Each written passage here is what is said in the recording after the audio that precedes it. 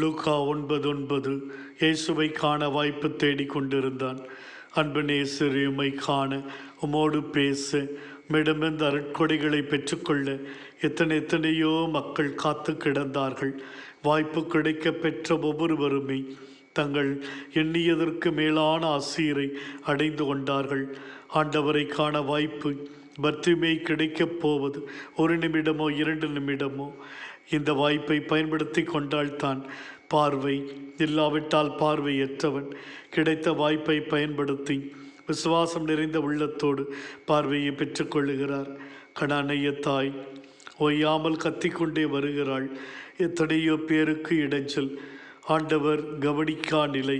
கிடைக்கும் வாய்ப்பை தவறவிட்டால் சோர்ந்து போகாமல் கதறி கதறி தன் மகளுக்கு நலம் பெற்றுக்கொள்கிறாள். ஆண்டவரே, ஒவ்வொரு நாளும் எங்களுக்கு உம்மை காண, சுவைக்க வாய்ப்பு கிடைக்கிறது. திருப்பலியில், குடும்ப ஜெபத்தில், இறை வார்த்தையில், ஜெபமாலை பக்தியில், நல்ல செயல்களில் அந்த வாய்ப்பை எப்படி பயன்படுத்தி கொள்ளுகிறோம் என்பது முக்கியம்.